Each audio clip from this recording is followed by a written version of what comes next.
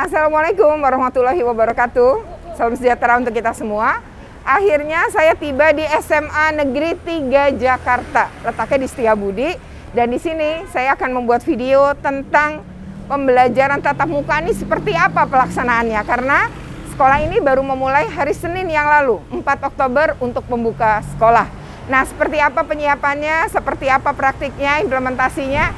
Ayo kita masuk ke dalam.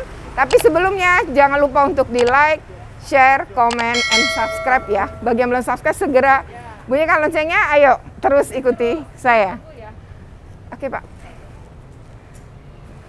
Oke. Siap.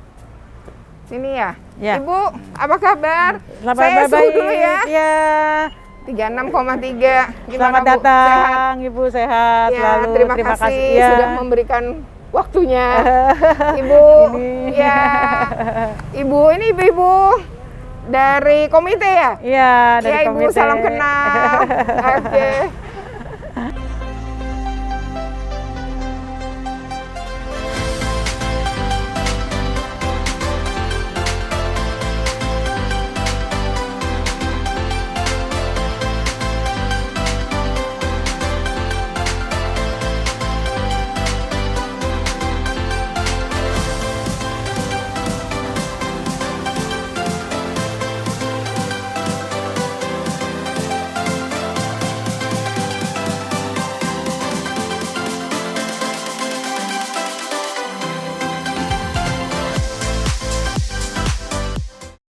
Tanda-tanda masuk ya. Tanda-tanda arah masuk dan arah keluar. Ibu, pintu masuk hanya satu atau gimana? Hanya satu, Bu. Tapi pintu Jadi, masuk gerbang dua. Oh, sebelah dua. sana untuk yang IPS, maaf, yang sebelah barat sana untuk IPA. Oh, terus kalau ini pintu masuk, pintu keluar sama nggak? Sama. Oh, anak pintu. IPS langsung masuk ke sana, yang IPA langsung di sana.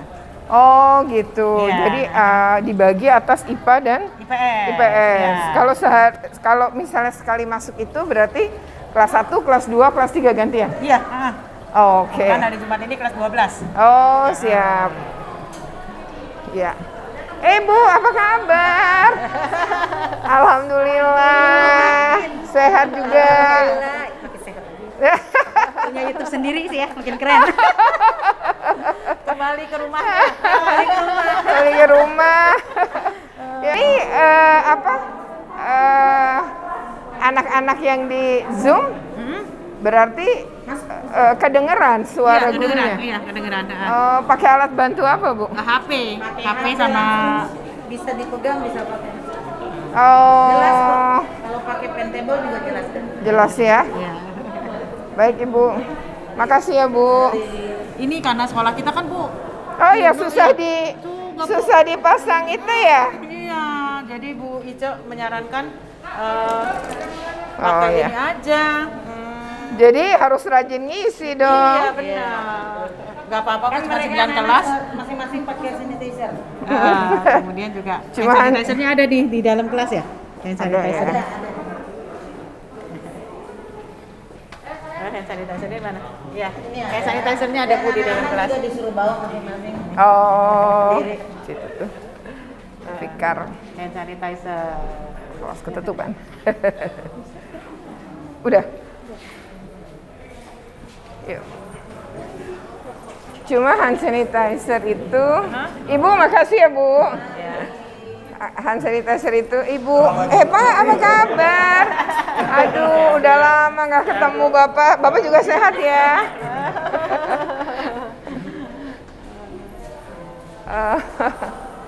Oh, setengah. Ini Coba ruang lihat. UKS.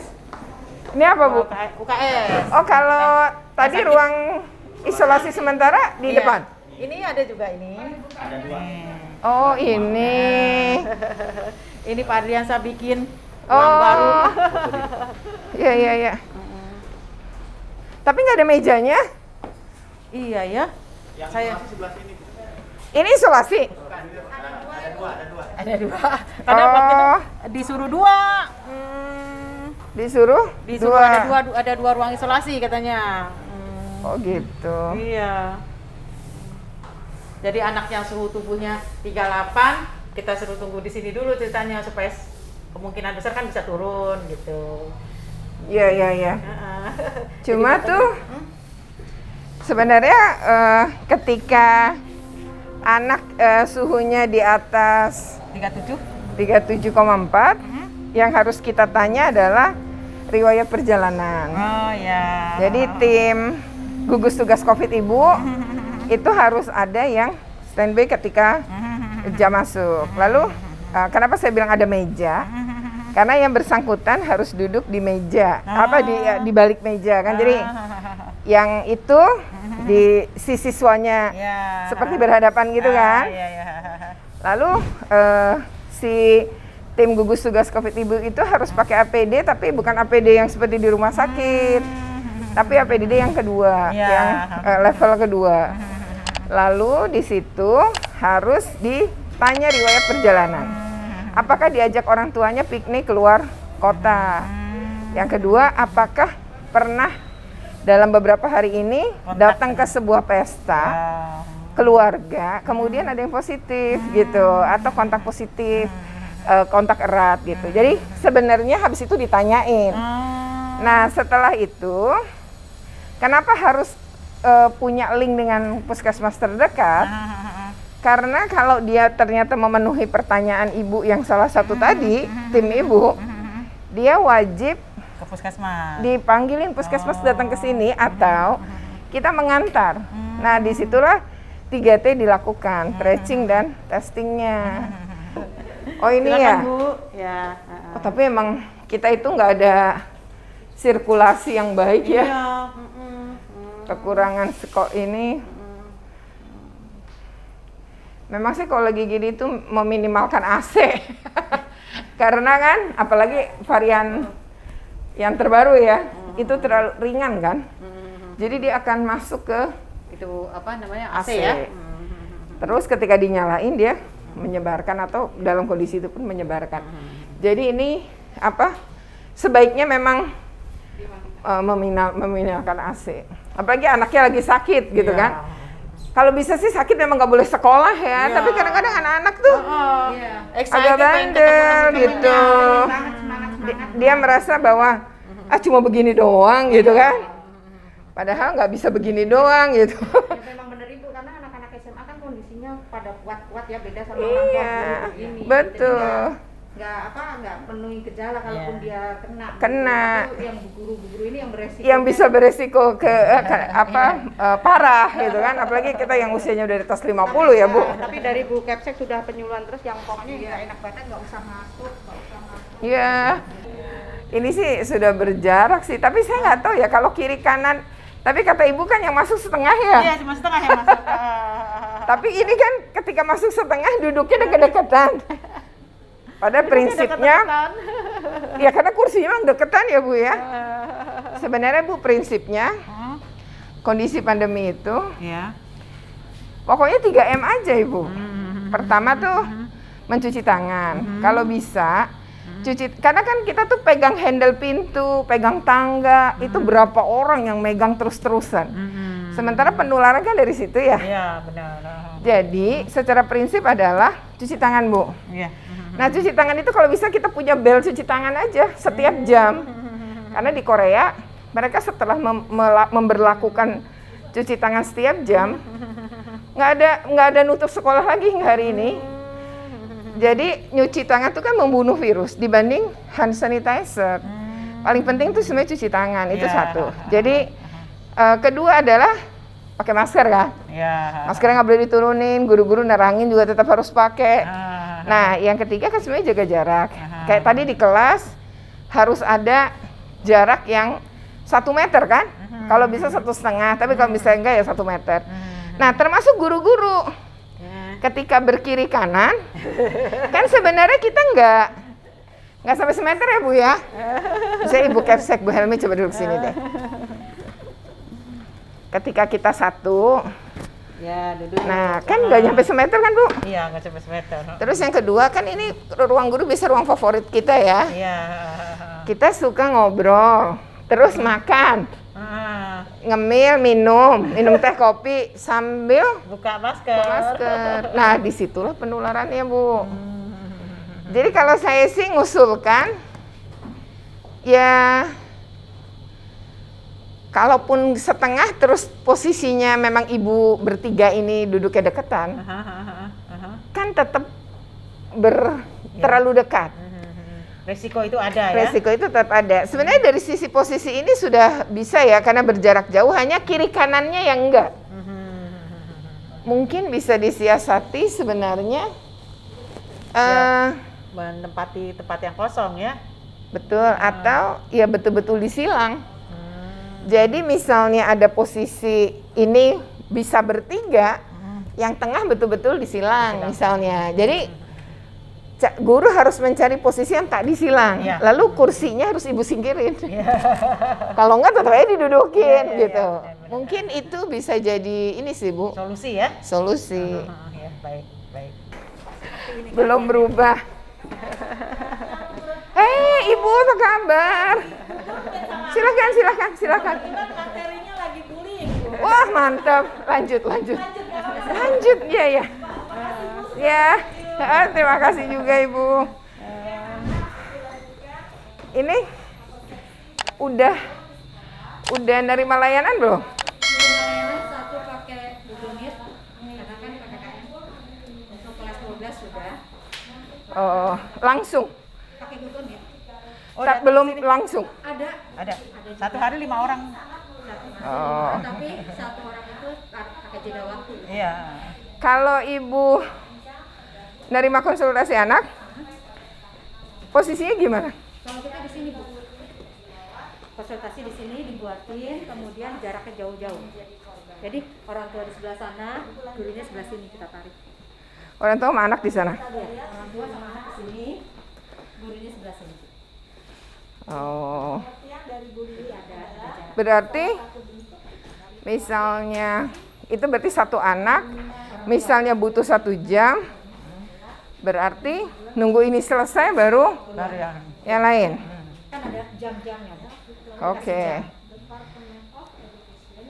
Nah, seiring dengan nanti anak kelas 3 itu pasti kan dia butuh banyak ya konsultasi, selain kalau dia mau tatap muka gitu. Mungkin perlu sih ya, misalnya gini Bu, SOP, ada sih saya SOP layanan BK kalau nanti dikirim ya Bu. Jadi misalnya gini Bu, tetap aja bikin sebelum masuk wajib cuci tangan. Oh ya. Cuci tangannya misalnya tadi ada di depannya ruang BK. Wajib pakai masker. Nah yang kedua adalah kalau ibu nerima beberapa orang nih, karena orangnya udah banyak nih yang mau butuh. Menurut saya bikin aja Bu, Pembatas ya Bu ya? pembatas tapi pakai plastik. Iya, pembatas. Gurunya tetap bermasker, muridnya bermasker, tapi kita bikin pembatas aja dengan jarak. Misalnya ini kan ada 3 ya, di sana sama di sini Bu, kan udah jauhan ya. Terus kasih pembatas, jadi terlindungi. Paling mungkin sih seperti itu Bu, kan nggak mungkin kalau tadi pola itu salah satu cara, tapi mungkin lama ya. Sementara banyak nih anak yang mau konsul. Nah berarti bikin aja Bu seperti itu. Yang kedua nih kan jendelanya bisa kebuka, jadi artinya nggak berpaku pada AC kan. Bisa per 2 jam matiin, terus sirkulasinya buka, karena posisinya enak. Paling mungkin gitu Bu, bikin aja mika pembatas sehingga guru-guru ibu terlindungi. Jadi jadwal konsultasinya bisa ditingkatkan jumlahnya, karena anak kelas 12 biasanya kan membutuhkan. Gitu ya Bu, kira-kira seperti itu sih. Siapin sih. Misalnya kursi ini disilang salah satu. Lalu meja ini, misalnya bacanya di sini, baca misalnya, ya berarti kursinya harus dikurangin, disilang. Terus kalau misalnya anak minjem, ngantrinya di mana Bu? Nah, ngantrinya di sini. Nah, ngantrinya di sini harus Bu ya. Itu harus ada tanda jaga jarak Bu. Bu Elmi, ini harus ada tanda jaga jarak. Jadi kita ngomonginnya adalah jika normal, maksudnya anak-anak udah sekolah, anak-anak udah pakai perpus, kita harus mikir begitu kelak. Nah ibu misalnya kan di sini ya, bisa bagus kalau ada mika plastiknya Bu, ngelindungin. Iya, ya. Aha. Yang kedua jaga jaraknya semeter. Berarti anak itu berdiri, jarak yang kedua di situ dibikin Ya. tanda, Diberi tanda itu garis. ya. Kayak gitu sih kira-kira. Terus ini kan jendela bisa dibuka ya? Iya bisa. Nah berarti kalau nanti harus paling nggak per 2 jam Bu, Iya. sirkulasinya harus di, sehingga anak-anak aman kalau berada di dalam gitu. Ibu, selamat pagi. Nah ini kan memang belum pakai mulai ya Bu, belum mulai. tapi kan kita berpikir akan digunakan ya, terutama kelas 3 nih. Nah sama Bu, prinsipnya jaga jaraknya dilakukan. Menurut Ibu apakah kalau anak-anak duduk di sini, misal ya Bu, lalu duduk di sini, Oh ya nggak bisa ya. mungkin Oh, ya. menurut Ibu sudah jaga jarak belum? Coba Bu. Enggak Bu. Belum kan? Terlalu dekat kan Bu, resikonya masih ada. Berarti kurangin jumlah meja. Oh iya Ibu. Ya Bu, salam kenal ya. Jadi ini misalnya ke sana kan masih bisa ya. Mungkin agak didorong ke sana, tapi menurut saya sih sebaiknya dikurangin. Lalu kalau dulu satu kelompok bisa 6, bisa 4, sekarang jangan. 3 paling enggak. Aman itu. Oke, saya sudah keliling-keliling nih ya, tadi diantar oleh kepala sekolah dan juga jajarannya untuk melihat persiapan atau sudah dibukanya, digelarnya pembelajaran tatap muka di SMA Negeri 3 Jakarta. Ya, namun kita mau tanya nih, setelah kita keliling terus dikasih masukan nih, tampaknya Ibu Kepala Sekolah juga sangat kooperatif terhadap masukan. Nah, kita akan ngobrol singkat dengan Ibu Kepala Sekolah terkait dengan kesannya ya. Ibu, nih saya mau nanya. Nah setelah tadi keliling, kemudian tadi diberikan masukan ya, secara itu kan sudah siap nih, tetapi ternyata ada beberapa yang perlu dipersiapkan kembali.